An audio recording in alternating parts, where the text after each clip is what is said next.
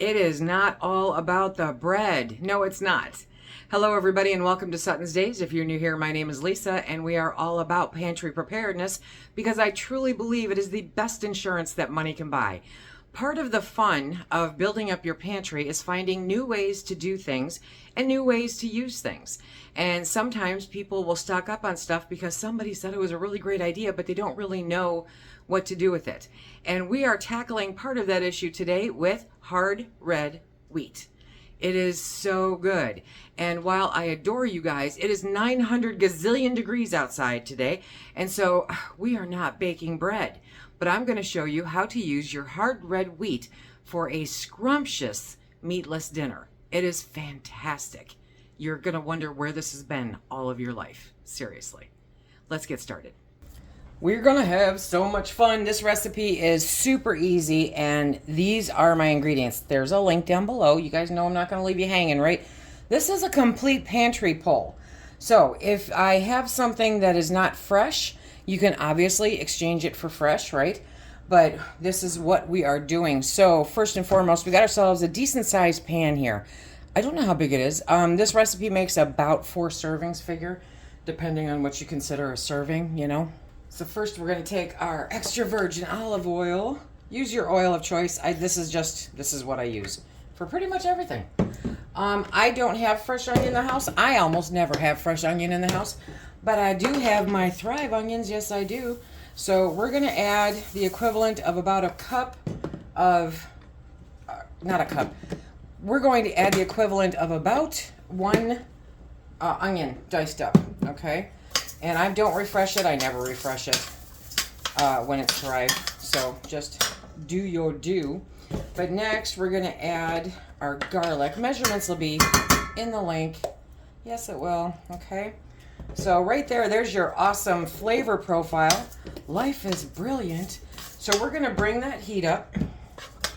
And we're just going to cook this down a little bit and let it work its magic, because that is where the magic comes from. Yes, it is. So we're going to saute those, probably a little less than 5 minutes. While this is sauteing and heating up, we're going to talk a little bit about hard wheat. Yes, we are. Hard wheat varieties are the wheat berries that you want to use for yeast or sourdough risen breads. These wheat kernels have a high protein content. I believe it's around 10.5.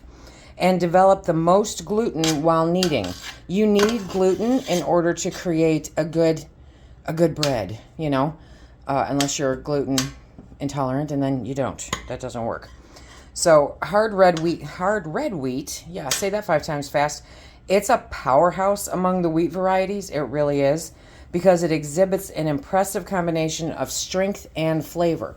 So when we talked about the hard white wheat, this has more of what you would expect out of a hard wheat flavor.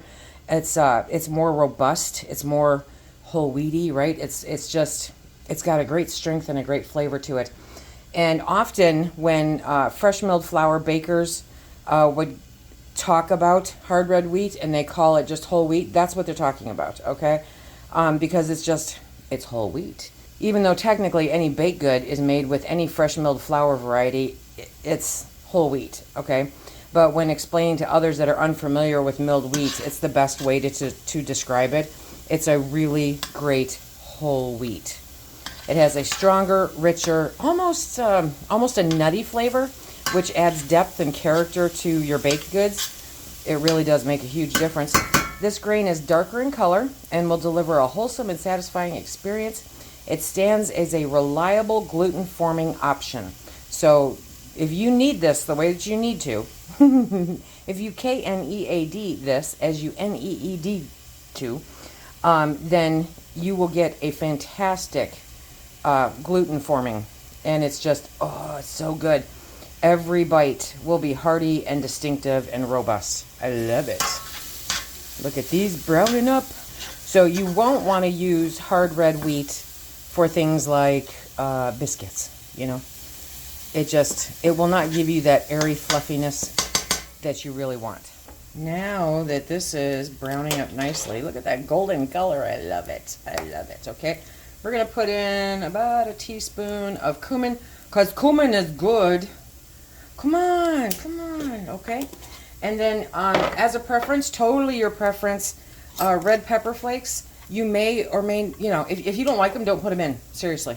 And I don't put in very many, but I do put some in because one of the other ingredients is Rotel. And so there's only so much heat this body can handle, you know, as is obvious by the heat wave right now. And next is some oregano, yeah. So about a teaspoon of oregano. And then we're gonna put in a pinch of salt. What? Yeah, okay, a little less than that at least. There we go. So a pinch of salt. Again, optional. Remember, recipes are guidelines. They are not a do it this way or we will get you kind of thing, okay? So as you can see, that's starting to brown up pretty well. So now I'm going to add in my chicken stock.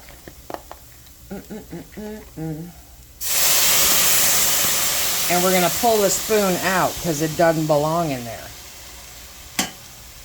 Okay, and we're just going to use that. Actually, the proper utensils are very helpful. Okay, so we just put a little bit of broth in there, kind of to deglaze the pan, right? We're going to add a little more because it's going to take me a hot minute. And next we're going to add in the Rotel. Now you can also use fire roasted tomatoes with this. Get a can of those, okay? Again, this is just a suggestion.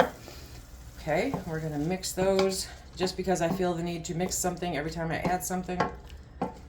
And then next, we're going to add the pinto beans. I need to drain them and rinse them.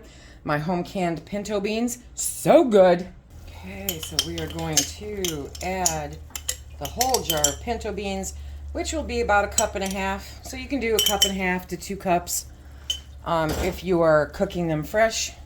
If you are using them canned, figure 1.5 cups to 2 cups. Okay, so good. And now we are going to add the rest of the chicken stock.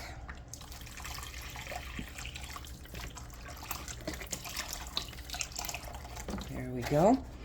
And it's time for the wheat. But wheat, what? Okay, so you know how we use barley in soups and stuff, right? You can do the same thing with wheat. Yes, you can. So we're going to add in 1 cup of the hard wheat. Just put it right in like this. That's all she wrote, baby. Give it a good stir. And then we are going to let this simmer for about 40 minutes. And we'll come back after that so that you can see what it looks like. You're going to let it simmer 40 to 50 minutes or until the wheat berries are tender. So I'm not going to bring this up to a full-on boil, but I've probably got it a medium to medium-high heat because I am not a patient woman, okay? And then you will see this do just like barley does, and it will thicken up. Somebody mentioned that I should do more crock pot cooking in the summer.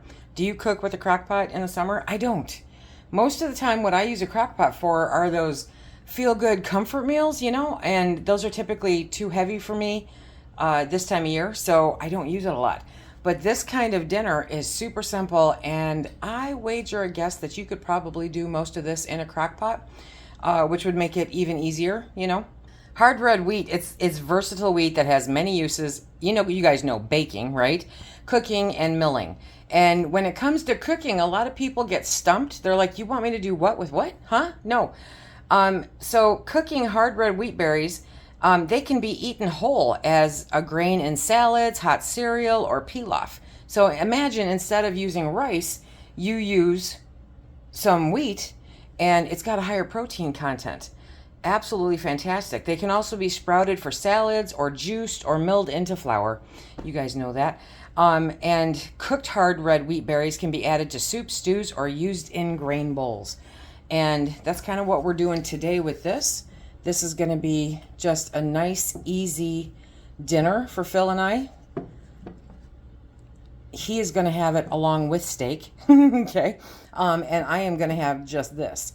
So because I'm still getting my wheat, or not my wheat, I'm still getting my protein that I need. But I'm also enjoying a nice little change of pace. I mean, between the beans and the wheat, you are getting a great source of fiber in here. Super good stuff. Now remember, the flavor of hard red winter wheat is much stronger than that of white wheat alternatives, which is why it is commonly used by home flour millers. A lot of folks have said in the comments that what they do is they combine the hard red with the hard white to make bread, because then you're kind of getting the best of all worlds, right? It's a general purpose flour, and its versatility is because of its 10.5% protein content. Yep, good stuff, my friends. A really cool thing to note here, because you don't hear a lot of this, you know, when it comes to store-bought bread, is that the protein content in red wheat is high. We've mentioned that. This correlates with its enhanced levels of gluten. In addition to its high protein content, it's a good source of manganese, selenium, and dietary fiber. So this is all around just good for your gut, right? These are all necessary for overall health and proper metabolism. Additionally, the hard red winter wheat is ideal for using in baked goods because of its low sodium content, low cholesterol, and low saturated fat. It's like the perfect food without having to create it in a factory. It's great. If you are gluten sensitive or allergic, though, you should avoid using this and flour made from this, okay?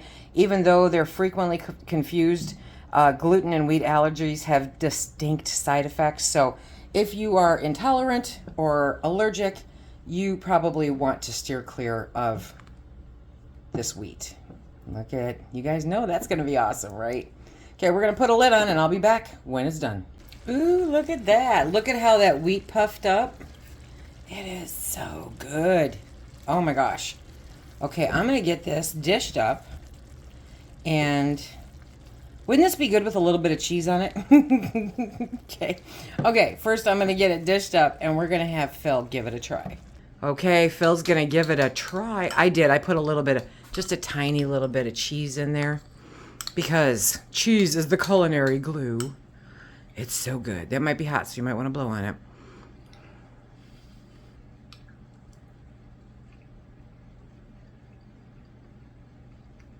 Good. That's good? Good for like meatless Mondays, good for a side dish. Yeah? You know you're eating wheat berries? So is it kind of like having rice in there or barley? Yes. Yeah? Very good. Good. I hope that you'll give this a try, because I think that you'll really like it. It's super good. If you've made it this far with me, then now's the time to let you know that this is SuttonsDaze. So they have a sale every single week on certain wheat berries. And this week it is hard red wheat, my friends. Yes, it is. It is so good. And you can enter to win a 25-pound bag or a 100-pound bundle of hard red wheat. All you have to do is comment down below. Subscribe to my newsletter. That link is down below too.